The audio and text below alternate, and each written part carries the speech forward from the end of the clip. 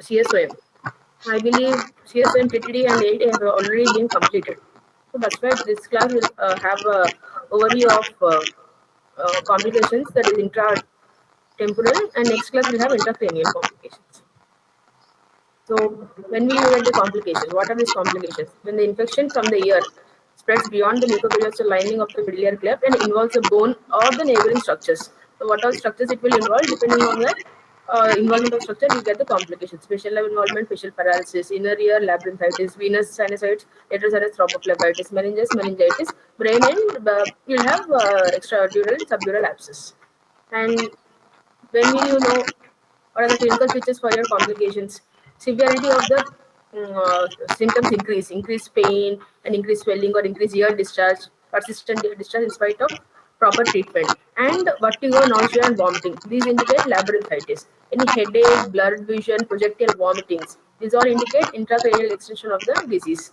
And fever, neck rigidity, irritability. This also indicates mostly meningitis. Your neck rigidity and irritability are indications for meningitis. Facial asymmetry is seen when you have a facial pulse. Otorrhea, persistent otorrhea, eye, and diplopia, double vision. This is classically seen in Bredinigos syndrome, which is involvement of petrous apex. And ataxia, when cerebellum is involved, you have ataxia or improper gait problems. And how are these complications classified? Intracranial, within the skull; extracranial, outside. The complications which occur outside may be pertaining to the temporal bone, or they can be involving outside the temporal bone. The extracranial involving your mastoid and ear and temporal bone are extracranial and intratemporal. Those coming out are extracranial and extratemporal. And systemic. When your infection becomes dead bone, it will cause septicemia and otogenic tetanus. So, as you can see here, this is your mastoid and this is your labyrinth. This is your middle ear. So from here it can spread to the sigmoid sinus from phlebitis, or this is the posterior cerebellum. This is the cerebellum abscess, or it can involve the meninges. These are the meninges and abscess beyond outside the meninges extradural. If it goes to the meninges, subdural abscess. If it involves the brain, it will be brain abscess. Okay, so meningitis, extradural, subdural abscess, and cellular abscess. Mastoiditis, as you can see, the pinkish color is the mastoiditis. It involves the labyrinth. It can form labyrinthitis, and in the process, it can involve the facial nerve also, causing facial nerve paralysis. And these are the list of intracranial complications, which we'll discuss in the next class. And these are intratemporal complications. In the rate of progression, initially you will have acute mastoiditis because of inflammation, infection, and all. Then persistent acute mastoiditis will go into coalescent mastoiditis, where all the airways coils and form a sac of pus. Then you will go into masked mastoiditis, because you do not treat properly. And one more complication is facial nerve palsy, facial nerve by either erosion of the fallopian canal or by inflammation. Labyrinthitis, involvement of your labyrinth, the semicircular canals or the utricle cycle or the cochlea. And the labyrinthine fistula. Okay, when there is erosion of the bony labyrinth, they can form a fistula in the labyrinth. That is called labyrinthine fistula. And petrous apicitis, apex of the petrous temporal bone. If it is involved, it is called petrositis, and the syndrome is Bredinigos syndrome because of associated other cranial nerve palsies. Anybody can respond? Are you able to hear? Yes, ma'am. Yes, ma'am. Audible? You are able to Yes. see the PT? Yes, ma'am. Okay, fine. Shall I continue?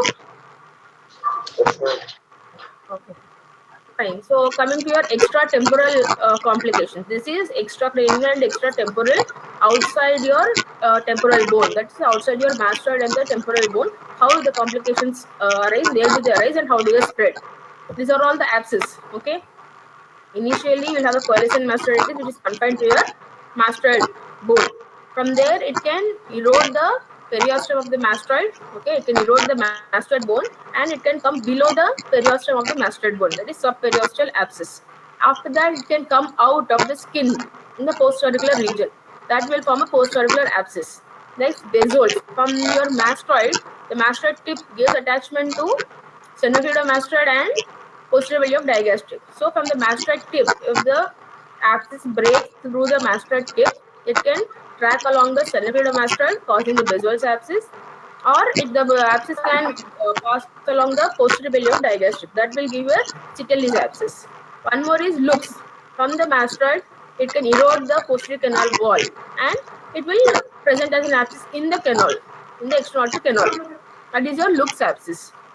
Next, zygoma, the root of the zygoma. So this is your zygoma. From the root, from your mastoid, all the pus can erode into the root of the zygoma, and here you can find the swelling. That is a zygomatic abscess. In the retromastoid, behind the mastoid, in the occipital region, that is a retromastoid abscess. When do you predict? How can you predict the occurrence of the complications? When there is highly virulent pathogen, all your MRSAs and all, highly virulent organisms can cause complications. And resistance, antimicrobial resistance, not responding to antibiotics can also lead to complications. And physician factors will be non-availability or not going to the doctor in the appropriate time before development of complications. If you take proper treatment, they can be controlled. Okay, you wait for a very long time till you get pulse and mastitis, meningitis, extradural subdural abscess. So obviously it is difficult to treat and it will take time, and or also it can land into other complications. And patient factors will be decreased immune status, very young age and very old age. Okay, when immune system is not very set up to fight against infections, and in presence of chronic diseases like diabetes, hypertension, tuberculosis, patient or any cancer patients or patients on chemotherapy, all these patients have all the chronic patients with chronic diseases will be susceptible to all these kinds of infections. Poor socioeconomic stage because of socioeconomic reasons, decreased availability of financial issues and all, and lack of health awareness, decreased education. So all this can lead to when patient doesn't know when to consult or what are the symptoms, or just don't bother because of poor financial status. So all these can lead to complications. And roots. So these are the factors which can lead to complications, and how from your master, how your pus will go and enter all these organs which we have discussed previously, either by bone erosion. So most commonly you see complications, as already told, in atocoandral disease, as already have discussed in previous classes. Atocoandral disease which will have cholesteatoma, and cholesteatoma classically will have bone eroding properties. So by bone erosion, so once there is bone is eaten away by cholesteatoma, everything is left bare to be invaded. Okay, and then retrograde thrombophlebitis by veins. Okay, your organisms can enter the bloodstream, and from there they can lead to thrombophlebitis from sigmoid sinus, and it can go into the dural venous sinuses. And preformed anatomical pathways. Inner ear you will have preformed anatomical pathways which connect the different parts of the ear, like external, middle, and inner ear. So you have oval window and round window. As you know, round window just covered by a membrane. Oval window is covered by stapes foot plate. Either any acquired defects, when you can drill a hole in the foot plate, stepidotomy or fracture or neoplasms are there, they form a pathway from where infection can go into middle ear to the inner ear. And round window membrane, your organisms can go through, or toxins can diffuse through the round window membrane. Intra-auditory canal, okay, this is a canal. It is only bounded by porous on one side and by Bill's-Bar and crust on other end. So that will also as a preformed pathway for spread of infections. And persistent suture lines and cochlear and vestibular aqueducts. Okay, these aqueducts connect the labyrinth to the extradural space. Okay, so these are all preformed pathways.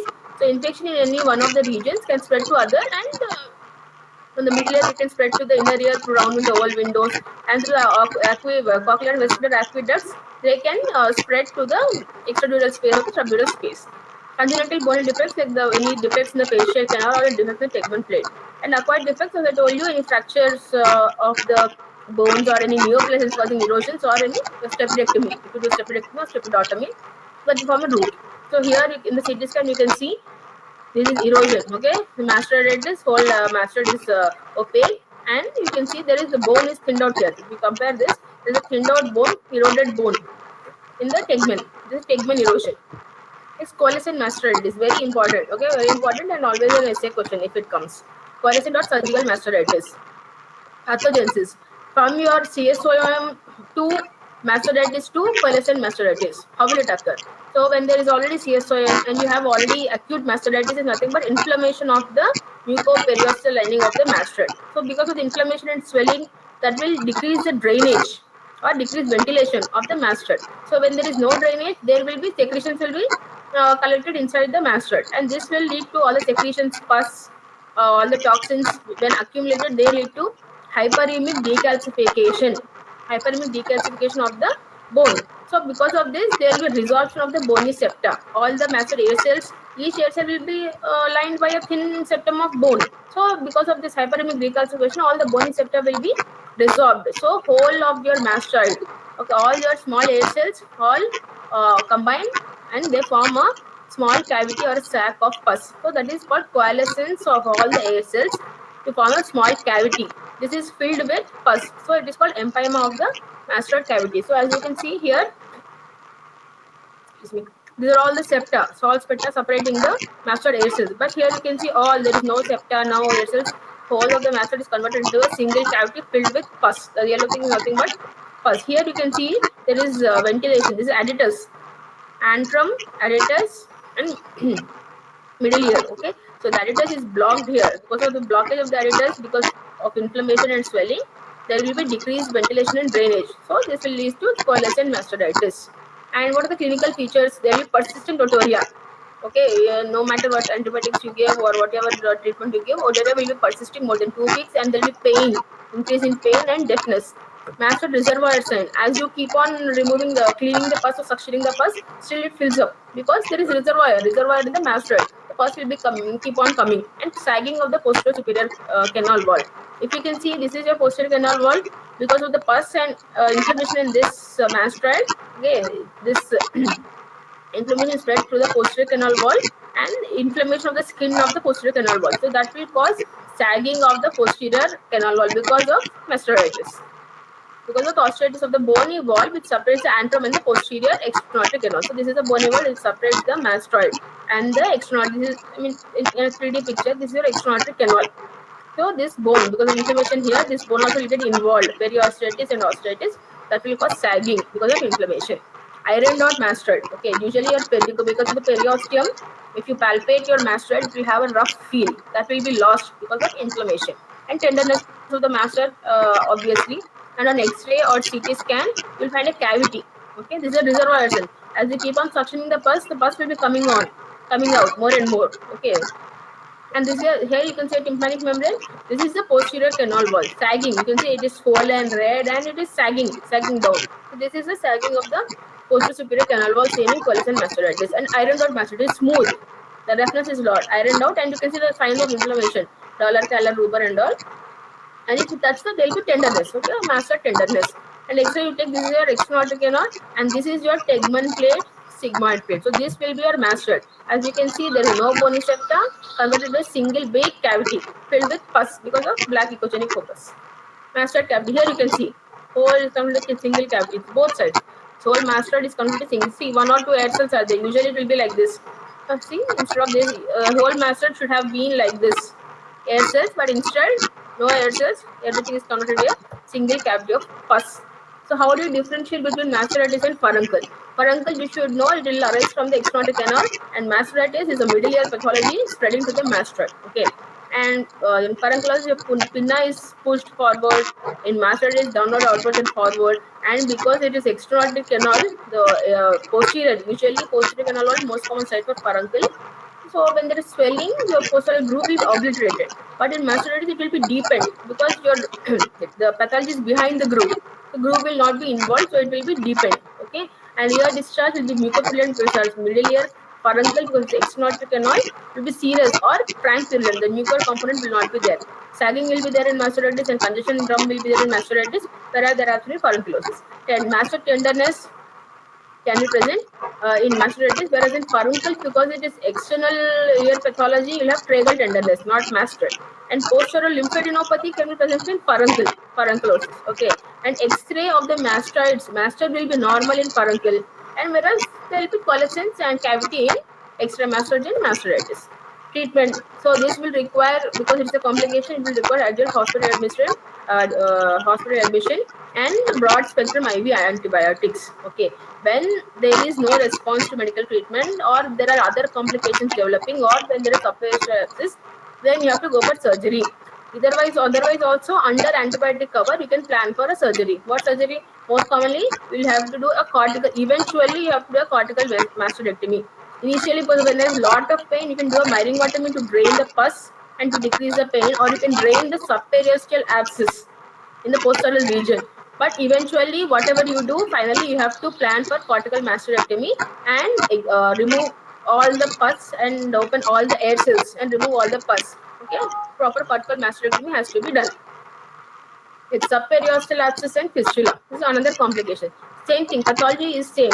Mastocytitis, blockage of the adytus, decreased drainage and ventilation causes hyperemic decalcification and pus in the mastoid. This pus can erode the cortex of the mastoid and it can present beneath the periosteum. That is called subperiosteal abscess.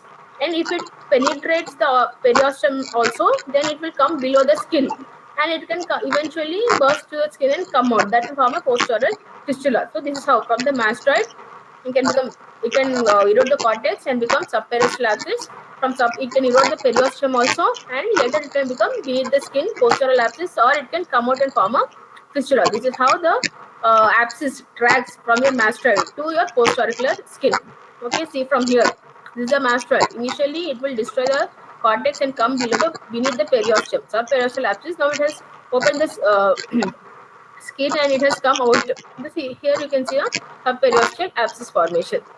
Okay, and once it has come out on the skin, it will form a fistula.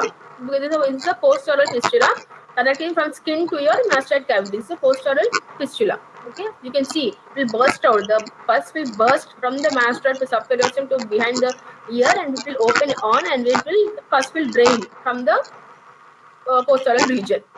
Okay, so types of abscesses are, it can from this the mastoid region. We have already discussed that from the mastoid it can become a postoral subperiosteal abscess and posterior abscess and burst out and form a mastoid fistula.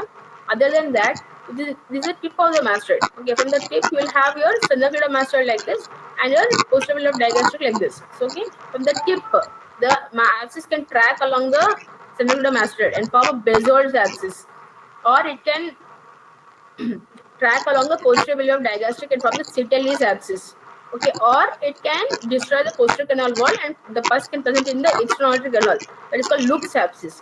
Or from the mastoid, it can enter into the root of the zygoma. So it will present as swelling, thus anterior and superior to the external canal. Okay, this is zygomatic abscess. Or it can go into the occipital region. That is called retromastoid. Behind the mastoid, we will have occiput. So the retromastoid of the occipital region also it can extend posteriorly. Least common. Okay. This is the postoral abscess. You can see the swelling, postauricular abscess. And see Bezold's. See from the tip of this is a pus in the tip of the mastoid. It can go along the sternocleidomastoid. This is sternocleidomastoid and this is posterior digastric. If it goes in the sternocleidomastoid like this, it is Bezold's. Or if it goes along the posterior digastric, it will be called Citelli's. Posterior digastric, if it is going, it will usually present as a swelling, abscess and swelling in the submandibular region. If it is along the sternocleidomastoid, it will present as a swelling in the neck on the lateral aspect of the neck. You all know the sternocleidomastoid is there. So in that aspect, in the lateral aspect of the neck, it will present as a swelling. Okay. And DD of the Bezold, as I told you, it will present as a swelling in the lateral aspect of your neck. So differential diagnosis will be suppurative lymphadenopathy or a parapharyngeal abscess. It will also present as a lateral neck swelling or tail of the parotid. Okay, parotid will be in the cheek aspect, but tail will be in the neck. Tail axis can present in the upper neck or infected branchial cyst. Okay, branchial cyst also smooth circumscribe the swelling, usually painless, but when infected, it will have pain and tenderness. And jugular vein thrombosis. Thrombosis of the internal jugular vein.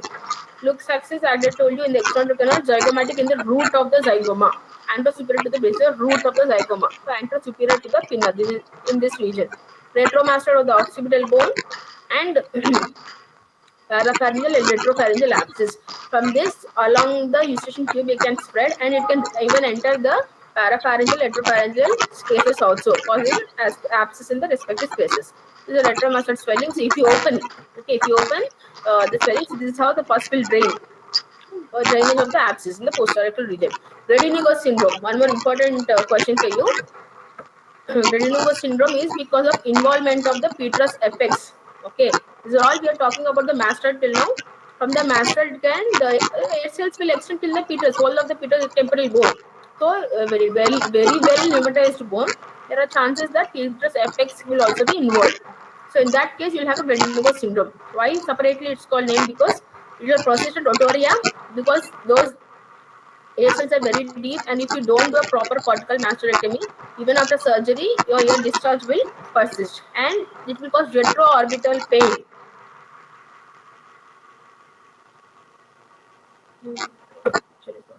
Okay, see here, this is your temporal bone, petrous temporal bone. This is your petrous part, petrous temporal bone. With the petrous apex, this is your mastoid. This is your mastoid. This is your petrous. Petrous apex. Here you will have Meckel's cave, which will contain the trigeminal nerve. Okay, and here you will have a petroclinic ligament. Beneath this, your sixth nerve.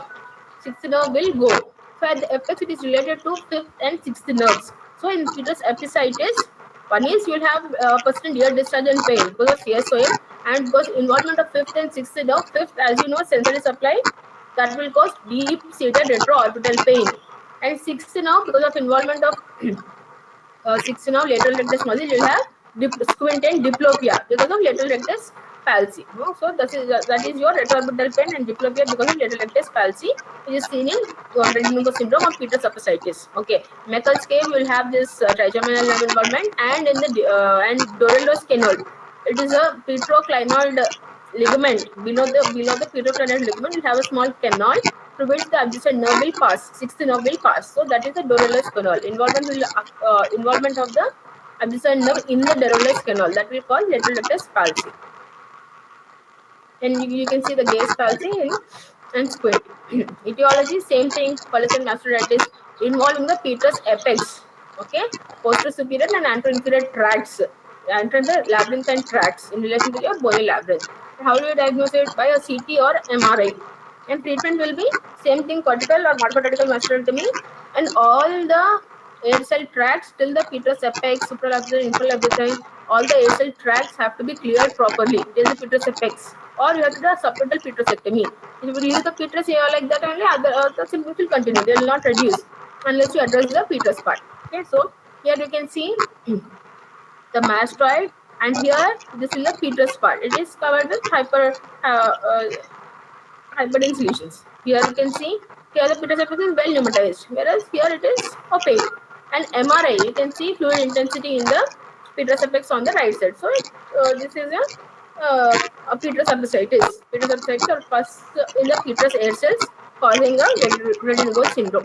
Treatment will be petrosectomy, or you have to do a proper collagen proper cortical mastoidectomy, and all the air cell tracts have to be open. And approaches, there are several approaches to the petrous apex, and transcochlear, translabyrinthine approaches are easy, but one thing is they'll destroy the hearing.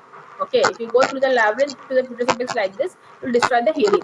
Others will be supralabyrinthine, infralabyrinthine, retrolabyrinthine approaches. So there are many approaches to petrous apex. So properly you have to approach the petrous apex and exemplate all the air cells.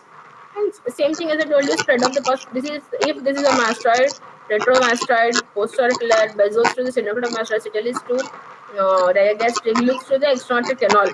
Zygomatic anteriorly, Grady-Negos into petrous apex medially, parapharyngeal, retropharyngeal spaces also can be involved, following the tracks along the eustachian tube orifice. Labyrinthitis, one more important complications of your uh, CSOM. What is labyrinthitis? As the name implies, inflammation of the interstitial layer of the bony labyrinth. And the roots, as already discussed, preformed openings like steperotomy, anatomical roots like through your ornamental membrane, or retrograde spread via your retrograde canal and the aqueducts. And there are three forms of labyrinthitis: circumscribed, diffuse serous, and diffuse suppurative. Circumscribed, nothing but only a fistula formation because of erosion by your cholesteatoma or surgical. Only fistula is seen in the bony labyrinth, and this will present same symptoms of labyrinthitis: vertigo, nystagmus, and all will be there. And serous labyrinthitis, whole of the labyrinth is involved, but it is only because of diffusion of the toxins. The toxins will enter the labyrinth and they will elicit an inflammatory response. Okay, because only inflammation, there is no involvement by the pathogenic bacteria. It is reversible, it is non-purulent, and symptoms will be mild because mild vertigo, nystagmus, and sensory neural hearing loss. But from here, if you treat, it is always reversible because it is only toxin. The toxins diffuse and cause your serious labyrinthitis.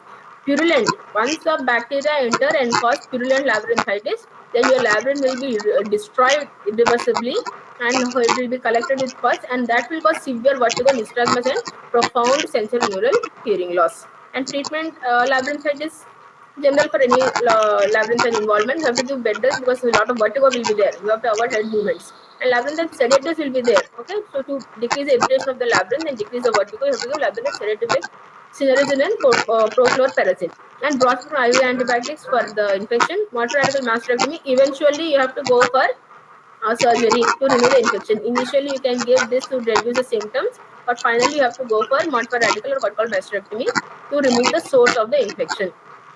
And if any labyrinthine fistula is there, you can cover with temporalis fascia graft. And rehabilitation following a labyrinthectomy or multiradical mastectomy in the event of labyrinthitis, you have to rehabilitate the patient with your positional exercises or Karpman Kursi exercises. Okay, here you can see uh, circumscribed. It's a lateral semicircular canal.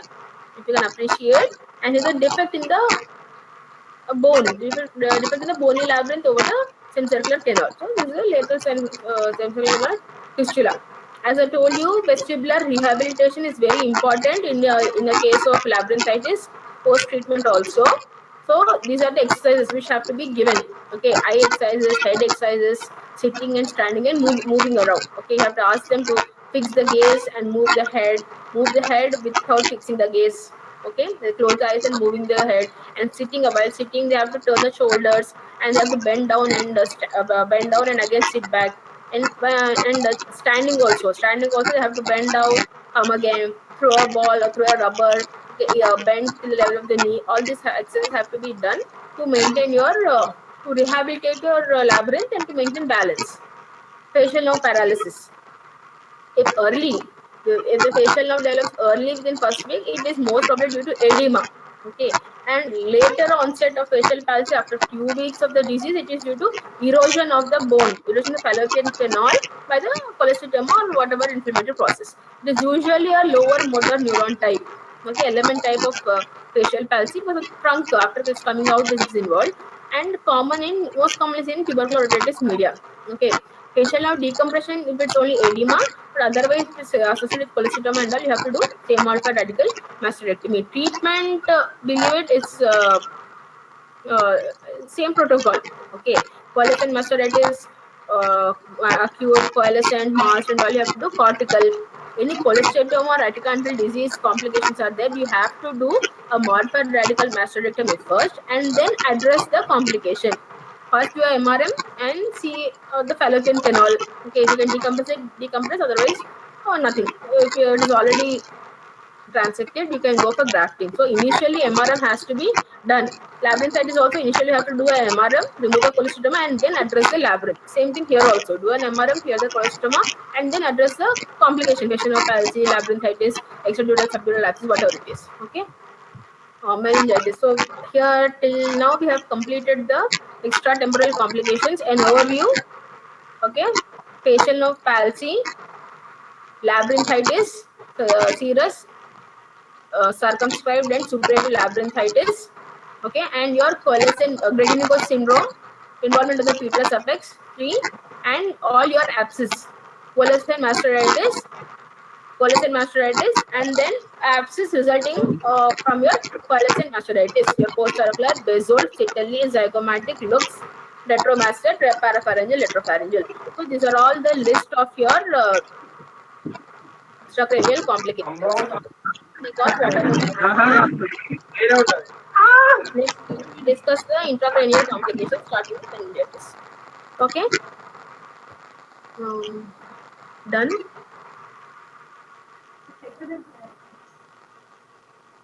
Hello, anybody can reply? Yes, ma'am. So I'll end the class. Again, Friday you have the class from 11 to 12. From then we'll discuss the intracranial complications. Fine? Yes, ma'am. Okay. Okay, ma'am. Thank you.